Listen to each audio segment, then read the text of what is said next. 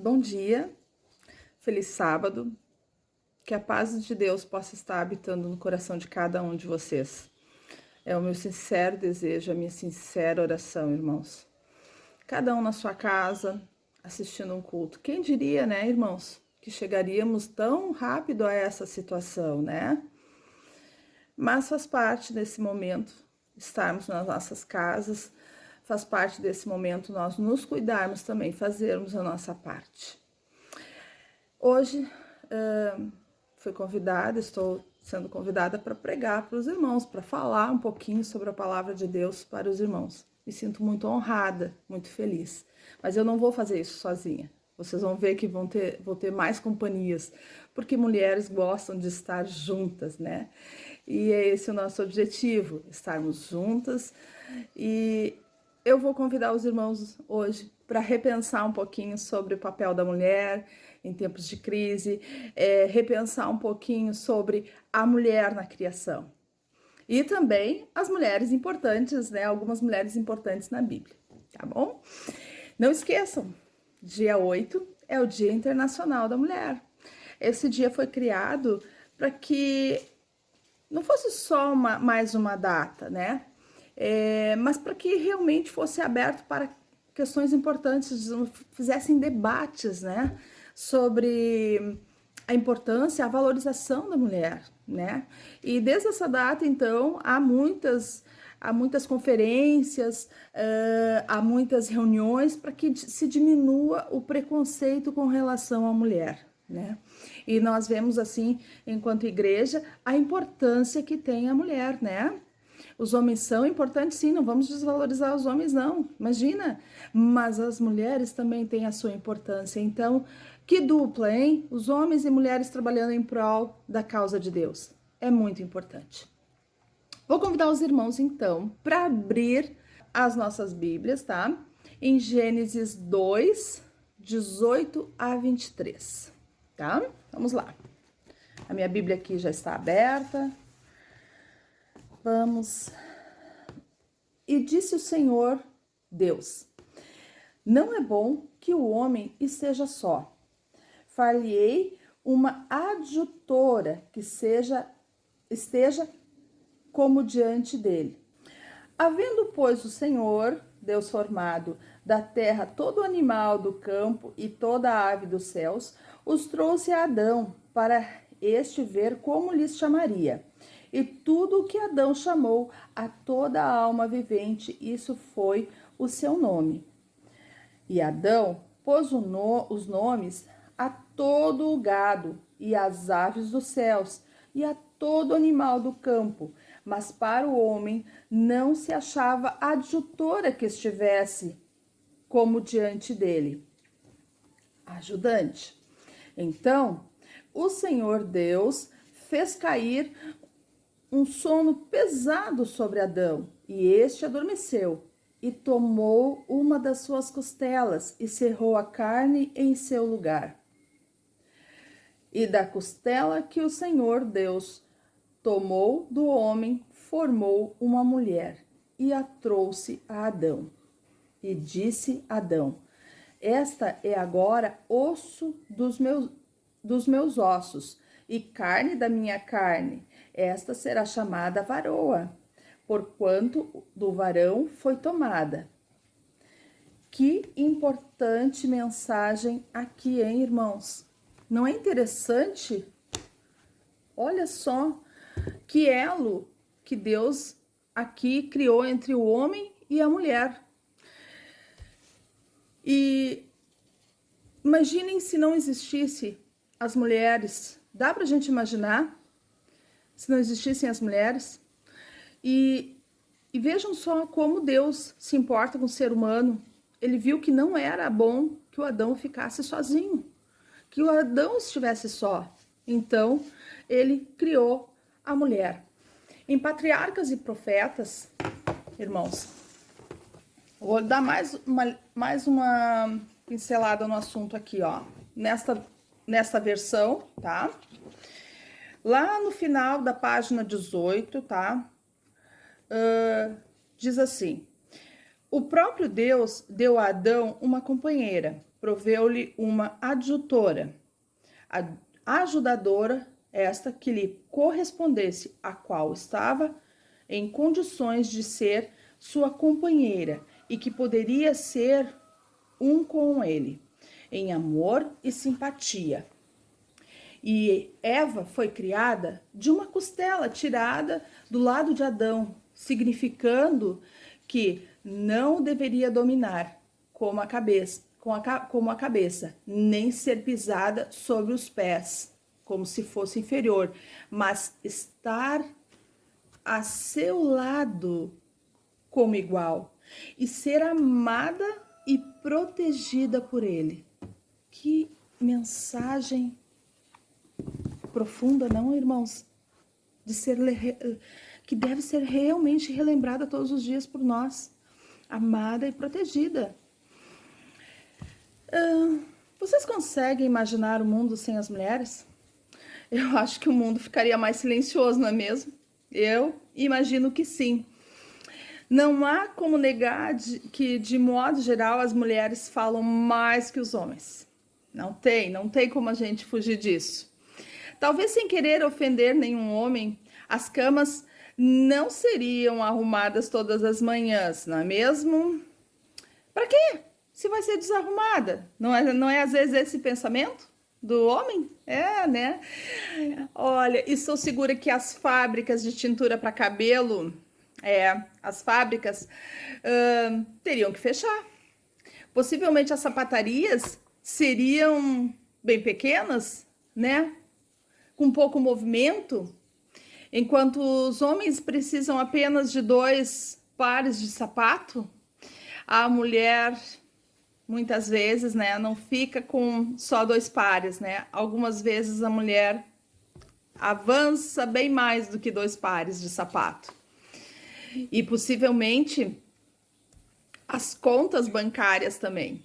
Se por um lado a mulher ajuda também, por outro lado ela tem a sua peculiaridade tão diferente. E é isso que nos faz especiais. E a Bíblia nos apresenta tantas mulheres diferentes com tantas influências, né? E a irmã Karina, ela vai falar um pouco mais sobre esse universo feminino, sobre mulheres que influenciaram e influenciam até hoje. Uma influência boa, hein? Uma influência boa, porque hoje todos querem influenciar alguém. Poucos influenciam na palavra do Senhor. Segue agora essa parte com a Karina. Como vimos em Gênesis 2, o próprio Deus disse que o mundo sem mulheres não seria bom. Então, nós podemos acreditar, né, que nesse mundo nós mulheres temos um propósito especial, um propósito de completar, de auxiliar, de embelezar esse mundo. E a prova disso está nas próprias escrituras, onde vemos várias histórias de mulheres, né, especiais, mulheres que atingiram o seu propósito, sendo uma bênção na vida da sua família, na vida da sua comunidade. Ao longo da história, Deus tem usado mulheres para alcançar grandes e decisivas vitórias. E num século onde nós falamos sobre empoderamento feminino, né? Onde está o poder, então, dessas mulheres que lá há muitos e muitos anos atrás registraram a sua história nas palavras da Bíblia? Existem muitas histórias, mas eu gostaria de conversar com vocês e lembrarmos de algumas delas. Primeiramente, vamos falar um pouquinho lá em Gênesis 7:13, onde é citado uma mulher, mas nem sequer é citado o seu nome. E em Gênesis 7:13 fala sobre a mulher de Noé. Muitas vezes nós lemos e conhecemos profundamente, né, a história de Noé, a gente conhece desde criança. Mas é interessante como a gente não tem nem descrito, né, relatado na Bíblia o nome dessa mulher. Mas pensando na história, né, foi apenas uma família que se salvou na história de Noé, né? Noé e sua família.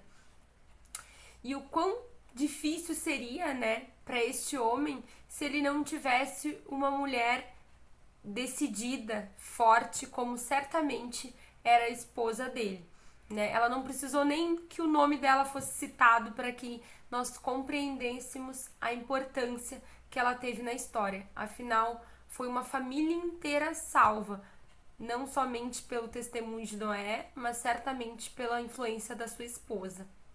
A esposa de Noé, então, é uma mulher desconhecida pelo nome, mas reconhecida pelo caráter. E falando de mulheres incríveis na história bíblica, nós podemos lembrar de um nome que muitas vezes nós não lembramos de cara, mas podemos reconhecer o seu valor no decorrer da história. E esse nome seria Joquebede. Quem lembra quem foi Joquebede?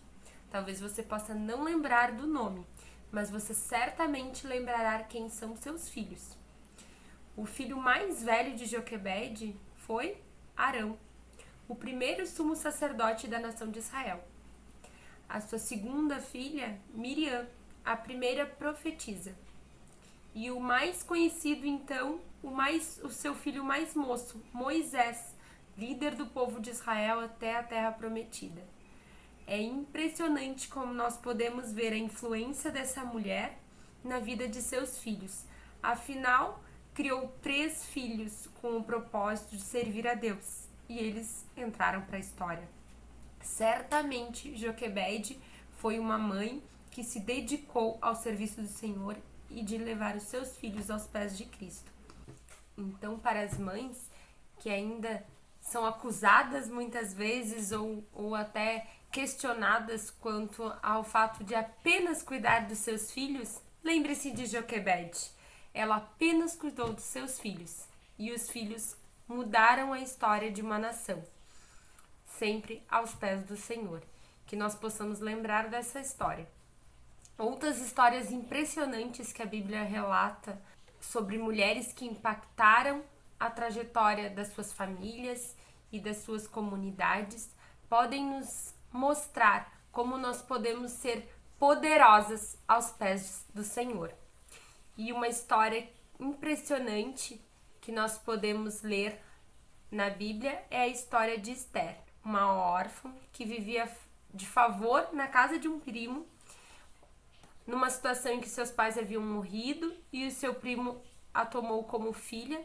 Essa menina, né, com toda essa situação que ela poderia constituir como desprivilegiada, problemática, e pensar que ela estava numa situação em que de fato ela tinha poucas oportunidades e muitas vezes poderia pensar que ela não tinha o poder necessário para causar as mudanças que ela gostaria.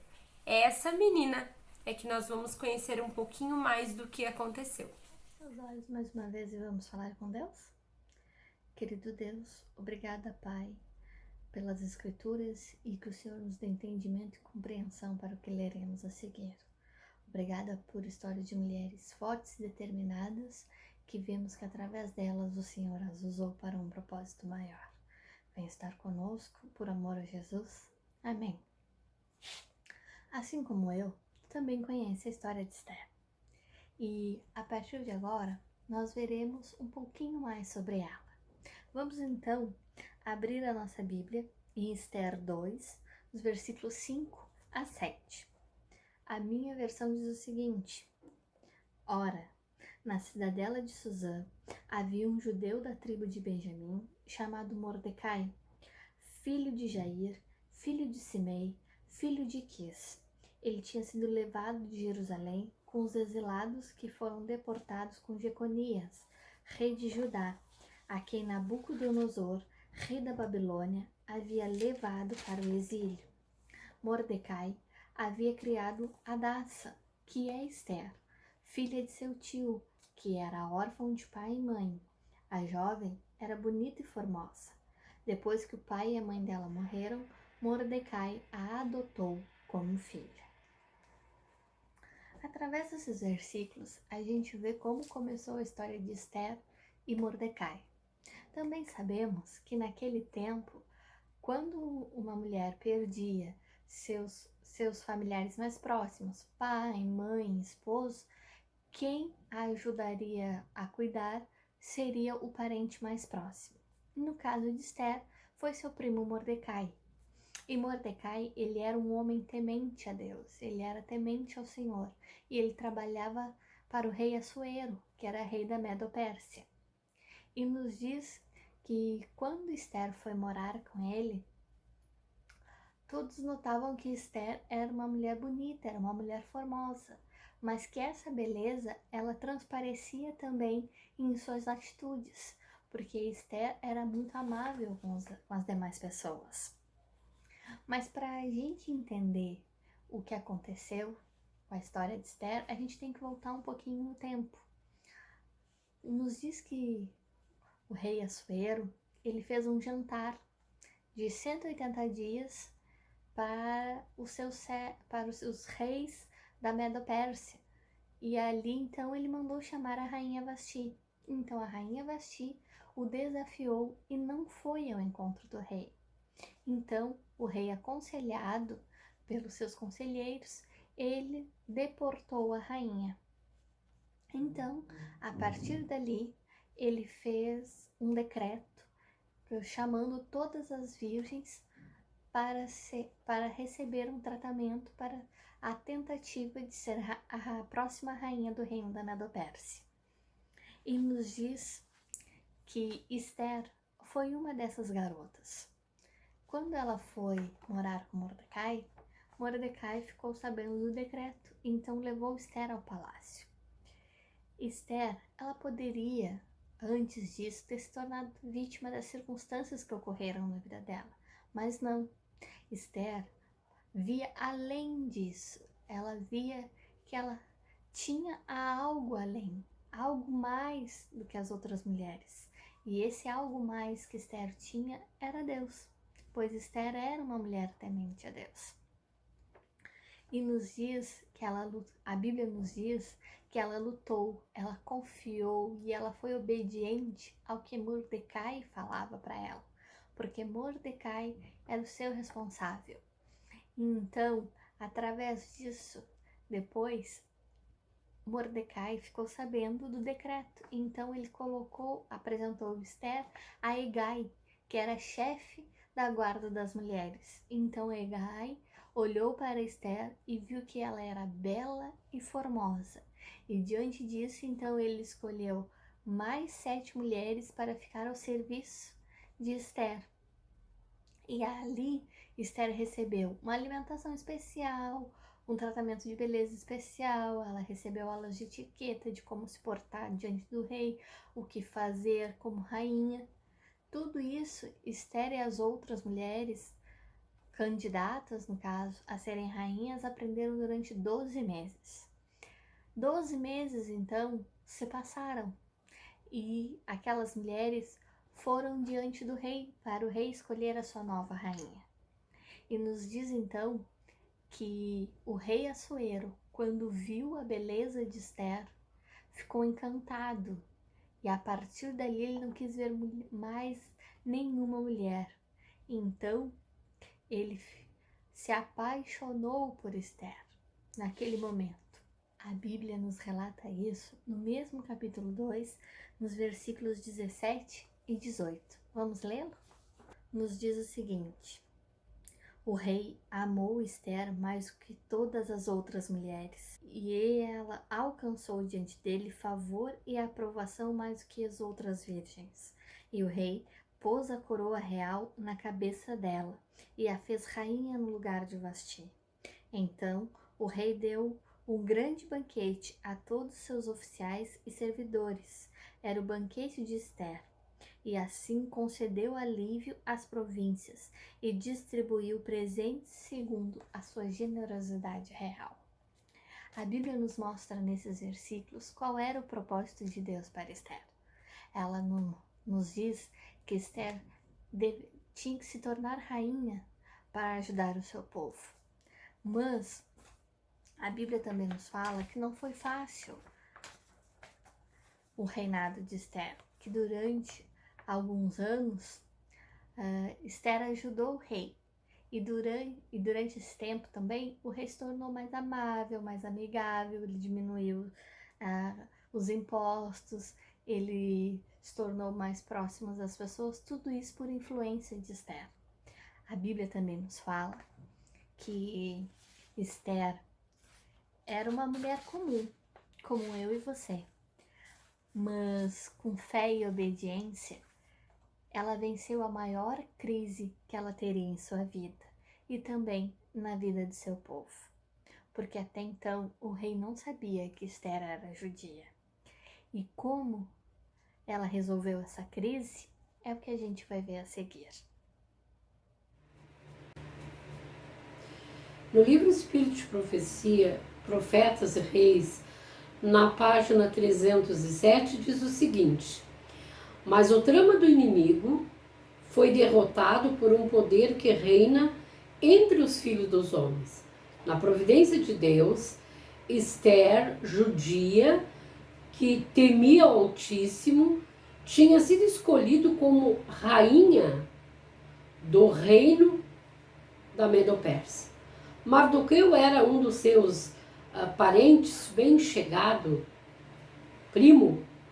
Na sua situação extrema, eles decidiram apelar a Xerxes em favor do seu povo. Esther devia aventurar-se a ir à sua presença como uma intercessora. Quem sabe, dizia Mardoqueu, se para tal tempo que este chegasse a este reino? A crise que Esther enfrentava demandava ação fervorosa e imediata, mas tanto ela como Mardoqueu sentiam que, a menos que Deus operasse poderosamente em seu favor, os seus próprios esforços seriam todos em vão. Assim, Esther tomou tempo, então, para a comunhão com Deus. E foi de onde tirou fonte de sua força. Vai, mandou ela dizer a Mardoqueu, ajunta todos os judeus que se acharem em Suzã e jejuai por mim. Não comeis nem bebeis por 3 dias, nem de dia e nem de noite. E eu e as minhas moças também assim jejuaremos. Assim irei ter como rei, e ainda que não é segundo a lei, e perecendo, pereço. Os acontecimentos se seguem em rápida sucessão. E vocês conhecem praticamente toda essa história. Deus ouviu as orações e operou maravilhosamente em favor do seu povo. A crise que alcançou o povo judeu era exatamente a oportunidade que Deus estava dando para que Esther cumprisse a missão de sua vida. Muitas oportunidades na vida aparecem em tempos de crise. Estamos vivendo em tempo de crise muito séria em nosso mundo. Crise familiar, crises de valores, crise de fé. E para um tempo como este, Deus está chamando eu e você para cumprir a sua missão. Essa crise que nós estamos vivendo é uma crise que nenhum de nós estávamos esperando por isso.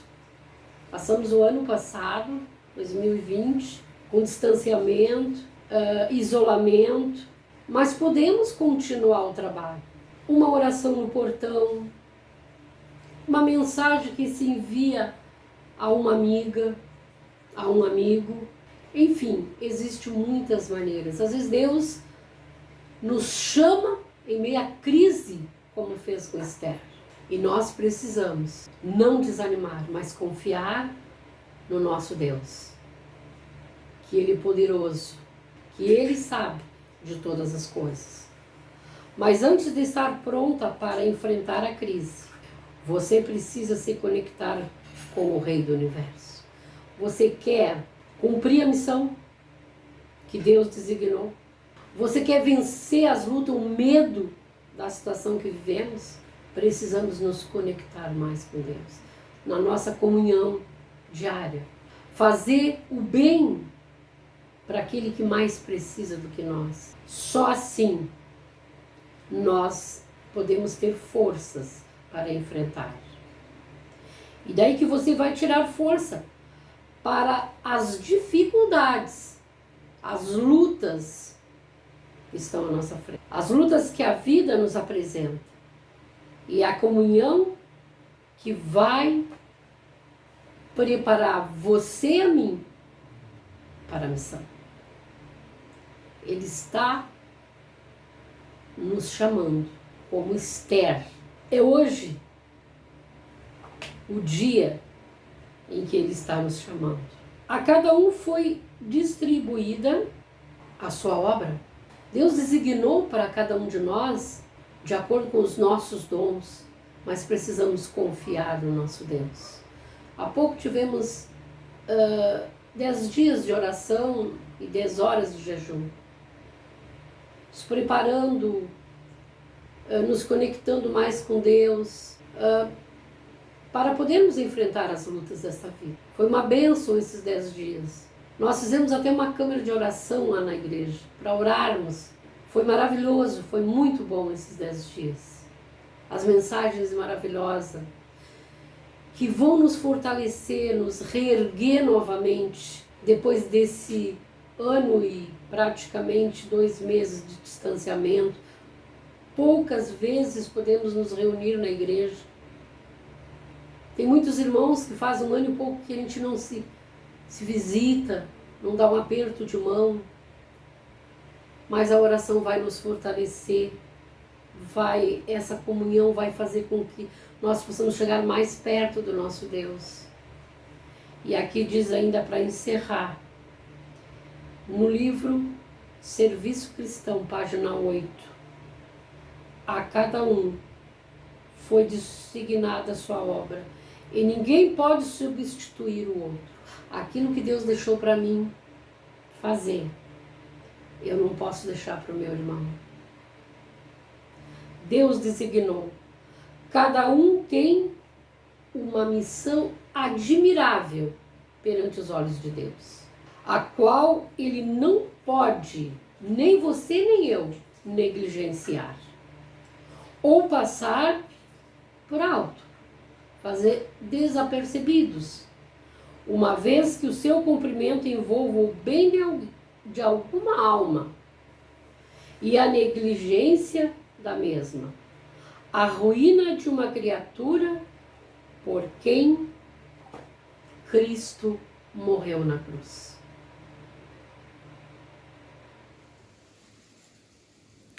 Que profundas palavras da irmã Maria, né? Passou antes a Clarice também com uma mensagem tão importante, falando, né, sobre a vida também de Esther.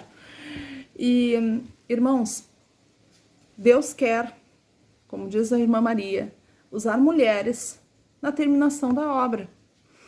Mulheres que compreendam que estamos vivendo os momentos finais da história deste mundo. Mulheres comprometidas com valores cristãos e dispostas a pagar o preço de não conformação com este mundo. Mulheres que possam ser usadas por Deus para cumprir a missão. Convido os irmãos para acompanharem essa leitura do livro Serviço Cristão, nesta versão aqui. Na página 21, no terceiro parágrafo, diz assim: se onde hoje existe uma mulher, houvesse 20 que fizesse dessa santa missão sua obra acarinhada, veríamos muito mais pessoas convertidas à verdade. Necessitam-se agora mulheres que possam trabalhar, mulheres que não sejam importantes à sua própria vista, mas mansas e humildes de coração, que trabalhem com a mansidão de Cristo onde quer que encontrem trabalho a fazer pela salvação de almas. Ainda eu continuei mais um parágrafo ainda, que achei muito importante. Quem sabe se para um tempo como este, né, um tempo em que há uma decadência moral, há um desmoronamento da família, desrespeito pelo ser humano, dia a dia a gente vê isso. Se ligarmos uma televisão em determinados canais, como dizem, jorra sangue, né, de tanta maldade. Há situações, notícias assim de mães abandonando os filhos, fazendo atrocidades aos seus filhos, né? E isso tudo, se não nos chocarmos, a gente tem que se preocupar, porque de certa forma, não que a gente tenha que buscar esses tipos de notícias, esses tipos de coisas, mas enfim, esses acontecimentos têm que tocar fundo no nosso coração. Se não tocar, a gente também tem que rever alguma coisa. Mas vejam bem, a falta de amor, como há falta de amor. Quando criei um grupozinho, um grupo, né, que a gente quer que fique maior ainda, da igreja ali, das mulheres, eu coloquei a palavra amor. É o que falta na nossa igreja. Há muitos anos atrás eu ouvi de uma irmã muito querida, que eu guardo ela com muito carinho no meu coração. A irmã disse assim para mim: Raquel, falta amor. Para aquela situação, ela foi bem sucinta: falta amor. E é verdade, irmãos, falta amor. Porque o amor, ele transforma, ele molda, ele nos deixa mansos, ele nos deixa mais compassivos.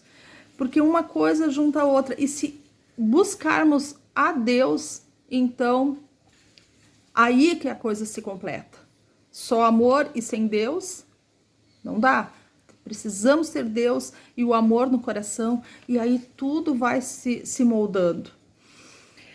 E, irmãos, Deus nos chama para cumprir a missão. Que missão é essa? Será que essa missão está batendo fundo em nosso coração?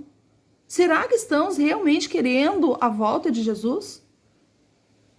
Irmãos, estamos vivendo um momento de muita crise. Uma crise tremenda. E a Bíblia diz que virão outras. Aonde eu vou buscar forças? Aqui, ó. Na Bíblia, é aqui que eu vou buscar forças. É na oração, é na comunhão, é no jejum, é na família. Se a família não estiver bem, é eu que vou ter que dobrar os joelhos e orar por eles. E pedir a intercessão do Espírito Santo. Essa é a nossa missão. Eu gosto muito de um verso em Salmos 17, 5. Ele tem tocado muito fundo em meu coração. E eu achei ele tão importante para os dias de hoje, para sempre. Olha só, diz assim: dirige os meus passos nos teus caminhos, para que as minhas pegadas não vacilem. Então, irmãos, precisamos pedir a direção de Deus. E para o trabalho e para a obra, precisamos também pedir a direção de Deus. Precisamos também estar atentos a quem estamos servindo. Quem estamos servindo, irmãos? Precisamos fazer essas perguntas para nós mesmos e respondermos à luz da Bíblia, buscarmos nela.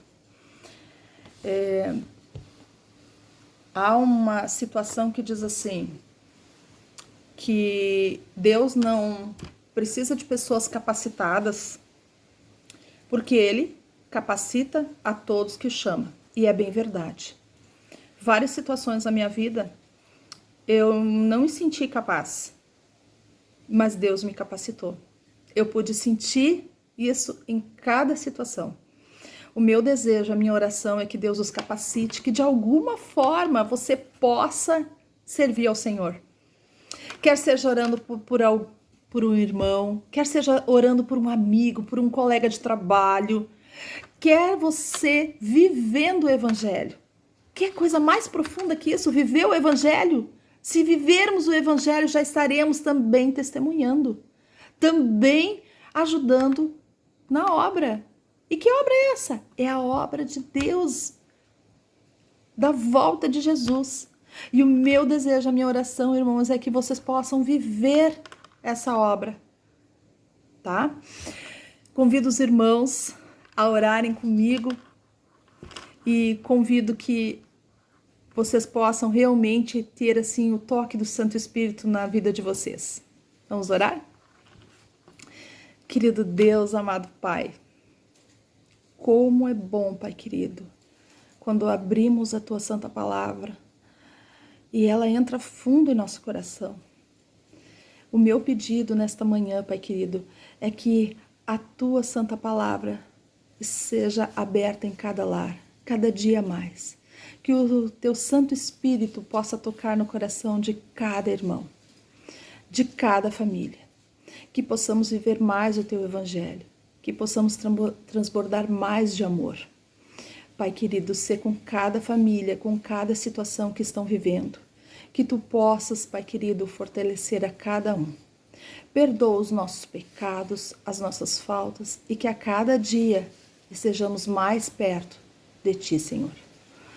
Tudo isso te pedimos, não que haja algum mérito em nós. Não, Senhor, não há nenhum mérito em nós, mas é no doce nome de Jesus, o nosso Salvador, é que pedimos. Amém. Bom restante de sábado, irmãos. Que Deus os acompanhe e os guarde sempre. Um abração.